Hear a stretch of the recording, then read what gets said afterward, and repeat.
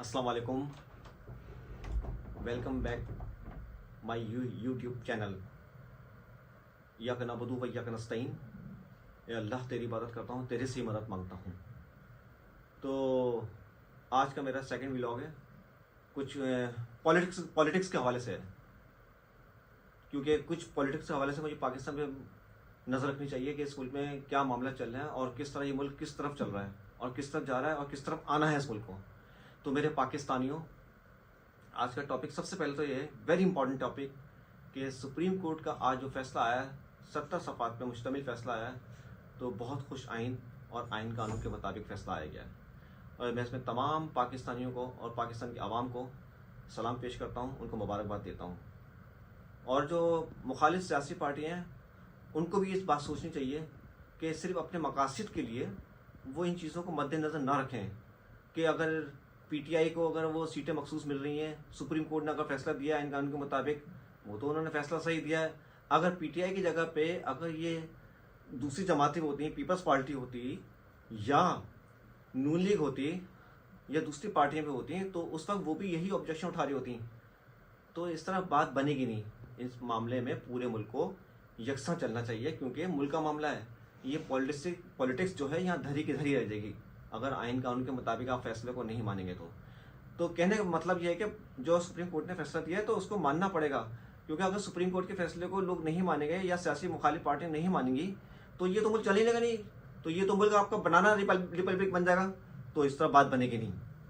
तो मेरे पाकिस्तानियों, मेरा मैसेज ये है कि जो काम हो रहा है इस मुल्क में आइन कानून के मुताबिक, उसको हमें फॉलो करना पड़ेगा और आइन कानून के मुताबिक ही मुल्क चलेगा। अगर आइन नहीं होगा, कानून नहीं होगा, ये तो फिर यहाँ पे बादशाहत हो जाएगी। इस तरह तो मुल्क चले ही नहीं सकता, नामुमकिन बात है, नामुमकिन बात है बिल्कुल। तो अल्लाह ताला मुबारक करे सारे पाकिस्तानियों को। अच्छा फैसला दिया है सुप्रीम कोर्ट ने, बहुत अच्छा फैसला दिया है, हम उसकी तारीफ भी करते हैं और उनको खराज तहसीन भी पेश करते हैं। और आइन कानून होगा तो सारे मामले अच्छे हो जाएंगे, आवाम के लिए भी और हुकूमत के लिए भी और रियासत के लिए भी, सबके लिए। तो हमारे जितने इदारे हैं उनको भी सोचना चाहिए कि यार हम पाकिस्तान में रहते हैं, हम पाकिस्तान के मतलब उसके खिलाफ हम कैसे जा सकते हैं, नामुमकिन बात है। क्योंकि पाकिस्तान है तो सब कुछ है, पाकिस्तान में हमारा रहना, जीना, मरना, सोना, उठना, बैठना, हंसना, बोलना, गम, खुशी, सब कुछ यहाँ पर है। अगर हम ये कुछ नहीं करेंगे तो फिर हमारा यहाँ रहना मुनासिब नहीं है। ये पाकिस्तान हमने बड़ी कुर्बानी के बाद हासिल किया है और बार बार ट्रे पे रख के हमें पाकिस्तान नहीं मिलेगा और न ही ऐसा हमें ज़िंदगी का मुल्क मिल सकता है। ये अल्लाह का करम है, अल्लाह का बहुत बड़ा करम है कि इतना प्यारा, इतना हसीन हमें मुल्क मिला हुआ है। इसकी हमें कदर करनी चाहिए। गिनती के 4 सूबे हैं। देखिए इंडिया में 22 सूबे लेके बैठा हुआ है, 1.5 अरब की आबादी है, यहाँ 25 करोड़ की आबादी है। 4 सूबों में हमें इतने इख्तलाफात रखे हुए हैं। बस इस तरह होना नहीं चाहिए। 4 सूबे हैं, 4 सूबों का हमें ख्याल करना चाहिए, चारों सूबों से मोहब्बत करनी चाहिए, चारों सूबों के उनके राइट्स देने चाहिए और यहाँ पे एक दूसरे का ख्याल भी करना चाहिए और हर एक दूसरे की इज्जत भी चाहिए, स्पेशली ख़वातीन की अगर इज्जत अगर नहीं होगी तो ये माशरा तबाह बर्बाद हो जाएगा।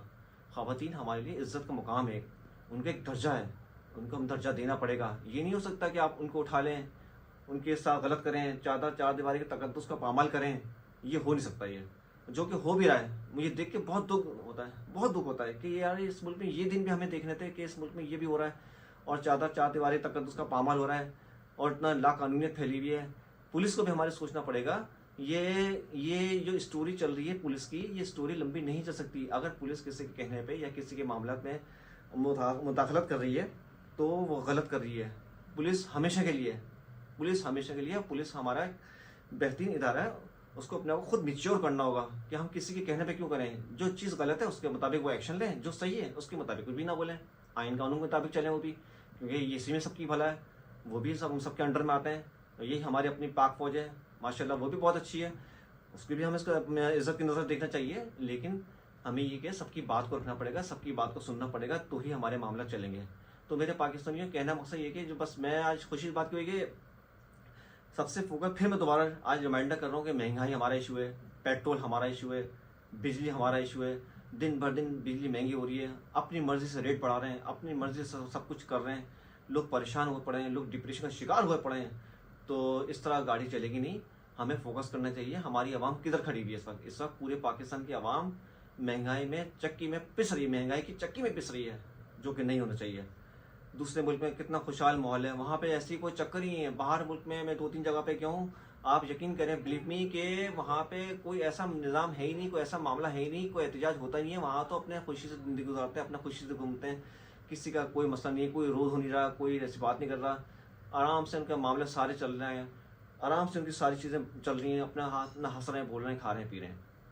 तो ये चीज़ें हमारे मुल्क में हो सकती है, लेकिन मुझे ऐसा लगता है कि हमने अपने मुल्क में खुद ही अफरा तफरी फैलाई हुई है कि शायद अफरा तफरी फैलाओ और अपने मामला को सीधा करो और साइड से चले आओ बाहर, इस तरह होगा नहीं। तो कहने का मकसद ये कि बस अब पाकिस्तान को हमें अच्छे डगर पे लेकर आना पड़ेगा और लाना होगा, इसके बगैर अब गुजारा नहीं है। तो मेरे पाकिस्तानियों, मेरी भी बहुत दुआ है इस पाकिस्तान के लिए, अल्लाह इस पाकिस्तान को खुशहाल रखे और हसीन तरीन मुल्क बनाए। क्यों हम ये दूसरों की बातों में आएँ और क्यों हम किसी की दूसरों की बातों सुने? सबसे पहले पाकिस्तान है, उसके बाद दूसरी बातें हैं। तो कहने का मकसद ये है कि बस अब जो होना तो हो गया, तो आइन कानून की पासदारी करें, जो सुप्रीम कोर्ट ने फैसला दिया है उसमें अमल दरामद करें। और इलेक्शन कमिश्नर को स्पेशली सोचना चाहिए कि अब मैं इनका मुकाबला नहीं करूँ। मुझे ऐसा लगता है कि जैसे इलेक्शन कमिश्नर और वो सुप्रीम कोर्ट आपस में मुकाबला कर रहे हैं। देखिए, सुप्रीम कोर्ट एक सुप्रीम इदारा है, उसके अलावा मैं मानता हूँ कि कौमी असम्बली भी, नेशनल असम्बली भी सुप्रीम इदारा है, लेकिन इदारों को भी अपने हद में रहना पड़ता है। तो सुप्रीम कोर्ट तो आखिरी हद है ना। देखिए, अगर उसका हम मानेंगे नहीं कत्ल को, अगर बंदा को मिसाल के तौर पर फॉर एग्जांपल को कत्ल करके आ जाए और सुप्रीम कोर्ट बोलेगा इसको सजा देनी चाहिए, अब लोग बोलेगा मैं नहीं मानता, तो इस तरह तो बात बनेगी नहीं। ये तो तबाही है, तबाही बनेगी। इसके बाद तबाही तो फिर नुकसान दे, आपका मुल्क भी हाथ से चलेगा, अल्लाह न करे मेरे मुँह मुहाग।